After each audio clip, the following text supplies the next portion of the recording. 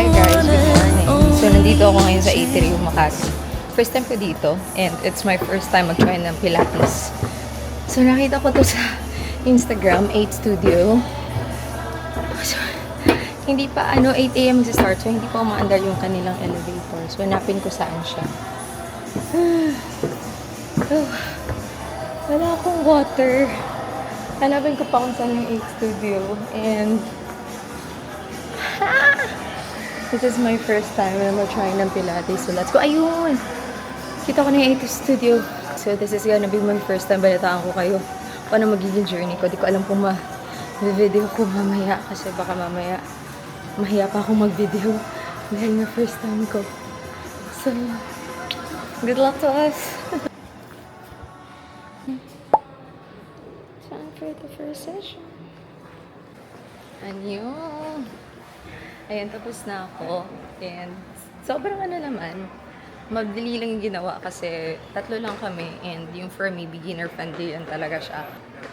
Ayun, happy naman ako and I will be back. So, hindi na ako nag-video kasi pag nag-video ako, nakakahiya. First time ko pa. So, ayun, pagdating ko kasi, nag-start talaga kaagad. Like, as in pagpasok, ayun na. So, hindi na ako napag-video. Anyway, sasama ko kayo next time pag meron akong solo session. Ayan. Naglakad ako kasi kailangan dapat natin makita yung mga steps natin. So, pupunta ako ng Greenbelt and total ko nang di nakadaan dito, guys. Dito sa may Makati, Ayala. Glorieta Manapot, whatever. Basta, ayan. Dumadaan ba kayo dyan?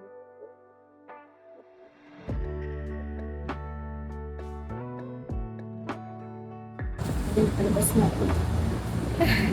Mas pinili ko hingal yan. Mag-stairs bago kaysa mag-ano. Wait, pwede tumina muna. Hiningal ako. So, andito ulit ako sa Alo. 3 minutes na lang. Magbubukas na sila. 11 AM. So, bibili lang ako nung yung medyas na pang Pilates. Yung may grip. Bumili ako sa TikTok. Meron akong 3 pair na binili. Pero, gusto ko rin Alo. Na kahit isa lang. Kasi mahal eh. So, ayan yung collection nila na blue. Sarado pa eh, 11 AM. Pero, nung oras na ba? 2 minutes na lang. Magdarating din yung order namin na Alo ngayon. So, sa app ko talaga yun in-order. Huwag kayong meron ako nakitang website ng Alo na mura. Mahal pa rin kasi 1,000 pa din siya. Pero mura na yun. Kasi 17K na jacket. Nasa 6K lang ata siya. Pero feeling ko fake yun. So wag yun. Dito kayo mag-download kayo ng app mismo. Doon medyo matagal siyang dumating. 1 week mahigit. Pero okay na. Kasi doon naman parang fake. Di ko sure kasi ang weird ng website. Nakaano siya. allophilippines.ph.com. Parang meron ng Philippines. Meron pang PH. Parang napaka-redundant. Ayoko nang mag-risk. So, hindi kami dun bumili. Ito yung case ko ngayon. Peptide lip tint natin. Naglagay tayo ng lip tint. So, ano lang naman. Parang coffee. Sobrang, ayun o. Yeah. Pero hindi naman siya magli-leave ng ganyan. Yung dark ng konti. Meron pa akong 3 nito. Hindi ko napakita sa inyo. Pero anyways. Halati, ang ganda niya. Ang ganda niya. Sobrang ganda ng fit. Alam mo, nahihirapan ako maghanap ng mga top na mga ganito. Kasi hindi ako pwede magsuot ng walang bra. Pero ito, kasi lumalabas dito. Pero ngayon, ayan, wala siya. Kaso, tingnan natin yung presyo. Ayun, 5,100. Yung isa hindi maganda sa akin. Ganda, no? Nakalabas na tayo sa gastos, pero sada! Talagang may nabitbit na naman tayo.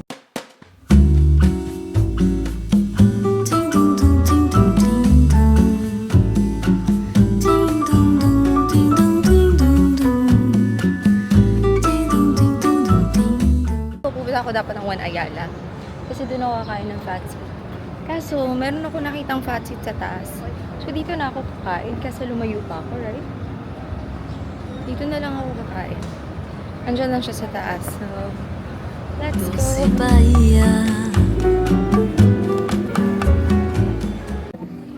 I'm finally here sa Pat Seat. So, first things first, let's charge our phone. Kasi nasa 20% na lang tayo. Sa 20% na lang tayo. Mas malapit siya and I'm so hungry. Yung isang Fat Seat, medyo, mas malaki. So, if you really wanna go to Fat Seat, gusto nyo i-try sa Fat Seat, no? Try nyo yung kimchi fried rice. Kasi ayun lang naman yung in-order ko dito. So, ayun na nga. Since kakain ako ngayon, and I think it has 600 calories or 700, this will be the last meal of the day. Kasi nakaka-def ako. So, ibig sabihin ng 1,200 calories lang pwede kong kainin for the day. And I'm gonna hit that one by eating this kasi yung 300 calories for my na yun. Maka 300 calories na ako for sure sa coffee ko. So, add nyo yun. Nasa 900 na tayo. Round off na lang kasi syempre di natin alam ang pinakasukat dahil nga kumain tayo sa sukat, tama ba? Kumain tayo sa labas. And then, kumain ako ng tuna, 90 calories per serving, 3 serving yun sa isang can. So, nasa ka na doon. Ang hirap diba? Pag ganito, hindi nakaka-happy yung nagbibilang ka ng calories, but it's for the betterment of the world. I mean, kung gusto ko talagang maging fit or umayos yung timbang ko, umayos yung physique ko, then I have to do that. So, kayo, mag-search na lang kayo kung paano mag-caldef kasi baka mamaya hindi naman ako expert pa dyan. So, baka mamaya mali yung mapanggit ko. Tem jacaré e capilinha no alto da ladeira. Guys, paulan na siya at naka 8K steps pa lang ako. Pero, ayun, 8K pa lang siya. So, uwi na siguro ako kahit maulan. Ayan, uulan na talaga siya. So, pasok tayo sa mall. Kasi mas gusto ko maglalakad outdoor. Pero since maulan na nga, balikan ko kayo. Uwi na tayo. Bye! Sana maano kayo itong 10K steps natin. Pero feeling ko hindi na. 2K steps. Feeling ko hindi na. But anyways, gusto ko na umuwi. Mag-i-edit pa ako. So, see you. Bye! Hi guys, isi-share ko sa inyo yung first Pilates experience ko. So, hindi na ako nakapag-vlog doon sa first session ko kasi unang-una, first time ko. So, parang medyo nahihiya ka pang kumilos-kilos at talagang hindi ko alam kung ano yung i-expect ko pagdating ko. So, dahil nga nakita ko siya sa Instagram, naisipan ko gusto ko mag-Pilates. So, nag-check ako ng mga Pilates studio. So, kung sino yung una nag-reply, doon ako pumunta. So, yun nga, yung 8 studio yung una nag-reply. So, sa Makati siya. So, as in, wala akong idea at all kung ano yung mangyayari. So, pagpasok ko doon, since nga ang pinakamura, itatry ko pa lang naman is yung group session. So, yung group yung yung in-enroll ko. So, dahil yun yung pinakamura. So, siguro nasa 1,600 ata, if I'm not mistaken. Basta ganun nagre-range. 1, 2, 1, 3, mga ganon, hanggang 1.6. Yun, I'm so sorry, hindi ko masyadong maalala. But yun yung range sa isang session. So, group session ang una kong kinuha dahil nga gusto ko makita muna kung ano siya dahil mahal yung one-on-one. So, baka mamaya di ko siya magustuhan. So, pagdating ko doon, sobrang sakto talaga yung oras na nag-start siya. Kasi ang Pilates pala, nasa 45 minutes to 1 hour lang pala siya. Di ko alam sa iba, pero based sa mga na-try ko ngayon, 45 minutes lang talaga.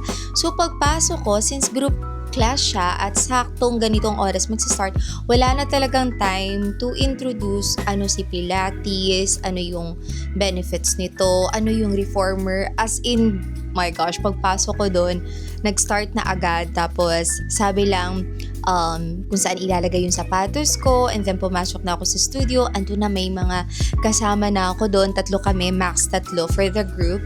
Actually, 4 pala, kasi 4 yung reformer doon sa studio. So, nilagay ko lang yung bag ko sa likod, so wala ka na talagang time na kumuha ng phone para maghanap saan mo siya isi-set up dahil magva-vlog ka. Wala na talaga, kasi nga, nagsistart na sila. So, pagkaupo mo doon, ay pagkahiga mo doon or upo, nakakatawa guys kasi kung naririnig nyo yung mga instructions sa Pilates, syempre may mga Tagalog naman, usually kasi talaga English, pero kasi hindi mo siya araw-araw naririnig kung ano yung mga sinasabi ng mga instructor. So, sabi niya, articulate your spine. Alam mo yung spine, alam mo yung articulate, pero shucks, paano ko siya gagawin? Yun yung nasa isip ko, parang gaganito ba ako? Nakakatawa siya.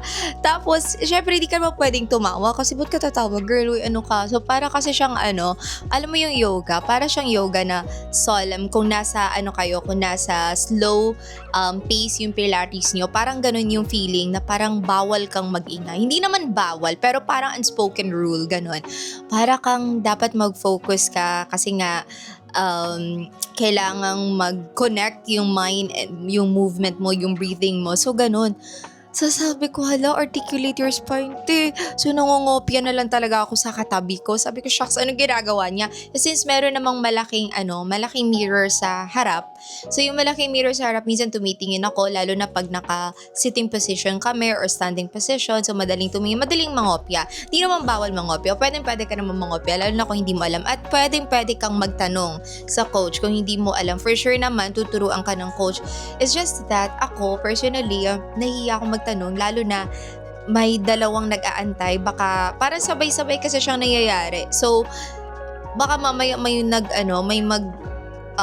mag-antay sa akin. So, nahihiya ako. So, hindi ko na din tinanong. So, yun yung mga isa sa mga bagay na nakakatuwa.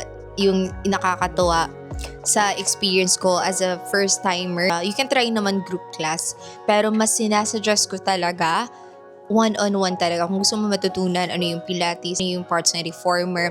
Pero as you go along naman, lagi kang sasali ng session, lagi kang may class, mamemorize mo na lang siya. Hindi pa tapos yung coach sa sinasabi niya, gagalaw ka na agad. Parang alam mo na agad ano yung sasabihin niya. So, that was my first experience, group class. So, nag-enroll ako agad doon. 2 kasi yung kinuha kong slots. Pero, kumuha ako ng one-on-one. Pero sa ibang studio na, sa kung saan mas malapit sa akin.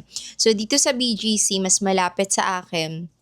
Ang nangyari naman doon, since one-on-one nga siya, may assessment talaga siya. So, ayan, may form akong finilapan. Of course, yung basic na info mo, name, ayan, mga ganyan.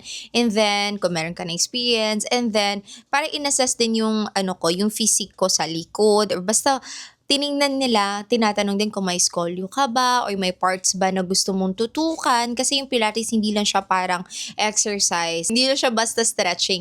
Pero may benefit talaga siya sa health mo, lalo na kung meron kang mga kung ano-anong nararamdaman sa katawan. Pero of course, hindi naman ako expert. Hindi ako Pilates instructor para magbitaw ng mga medical terms or kung ano man. Pero kasi yung mga Pilates instructor pala, ito pala, isa pala sa dapat yung i-consider pag maghahanap kayo ng Pilates studio. Dapat yung Pilates instructor nyo is talagang certified. Hindi pwedeng marunong lang siyang mag-stretch ng katawan mo. Kasi nalaman ko sa instructor ko na mga Pilates instructor pala, dapat nag-aaral din sila at alam nila yung anatomy talaga. Kasi may mga parts ng katawan mo na dapat i-hit at hindi dapat i-hit, hindi dapat masobran, yung mga ganun. So, kailangan alam nila yon. So, baka mamaya mabalik-balik na yung katawan mo. Baka mamaya may nasira na sa parte ng mga buto mo. Alam mo yun? So, gets you naman ako. So, yun. And ayan, so sa second studio ko, inintroduce, which is makikita nyo, dederecho ko na lang itong pagsasalita ko, pero makikita nyo sa next mga clip ko na, ayun, tinuruan na ako kung ano yung parts ng reformer, pero no beef dun sa sa unang studio ko. Yun lang yung first experience ko dahil nga kumuha ako ng group session. At the reason ba't ako lumipat ng studio is mas malapit ito sa akin. And for sure, kung kumuha ako ng one-on-one, talaga tuturuan naman ako kung anong dapat gawin. Ayun. So, dun kasi nag-group ako dito, nag-one-on-one ako. So, ayan, tinuro na sa akin ano yung parts ng reformer, yung proper breathing technique. So, yun. So, sobrang happy. Natuwa naman ako. And doon sa mga video, and pwede kang mag-film, magtanong ka lang, papayag naman sila. And based sa mga video ko, nakita ko talaga yung improvement ko. So, ayan. So, if you wanna try, i-try nyo lang. Alam ko kasi sa mga vloggers na pinapanood ko sa ibang bansa, matagal na nilang ginagawa to. Pero dito sa Philippines, parang ngayon lang siya nai-introduce. So, ngayon lang siya ginagawa ng mga girlies dito sa Pilipinas. So, if you wanna try, i-try mo. Masarap sa feeling na maunat-unat yung mga ugat natin at yung mga buto natin. And also, yung kung gusto mo ng strong physique and talagang toned. Of course, di pa ako toned, di pa ako strong, wala pa ako dun. Pero, ayun, ano lang, continue lang.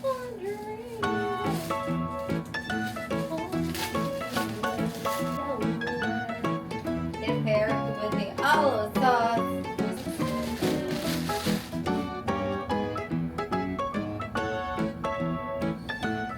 Ang ganda. Oh, side. But it's fine.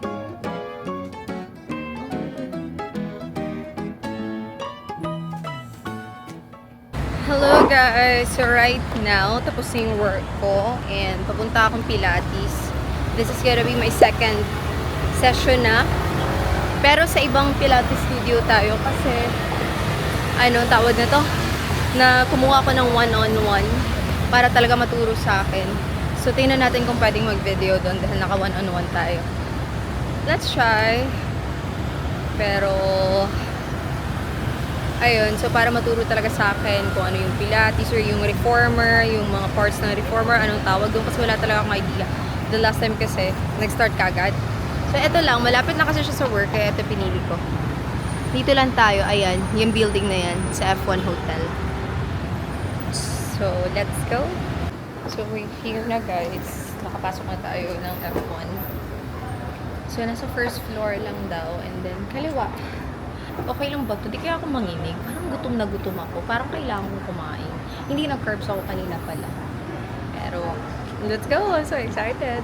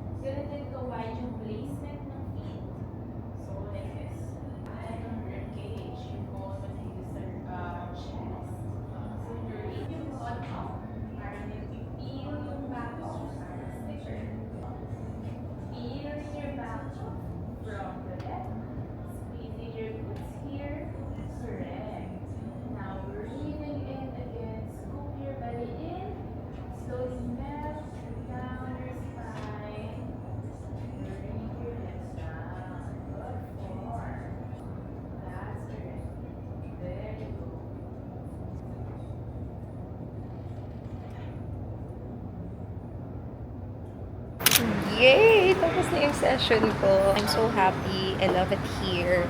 Babalik ako. Baka dito na rin ako kuha ng group session. So, bye!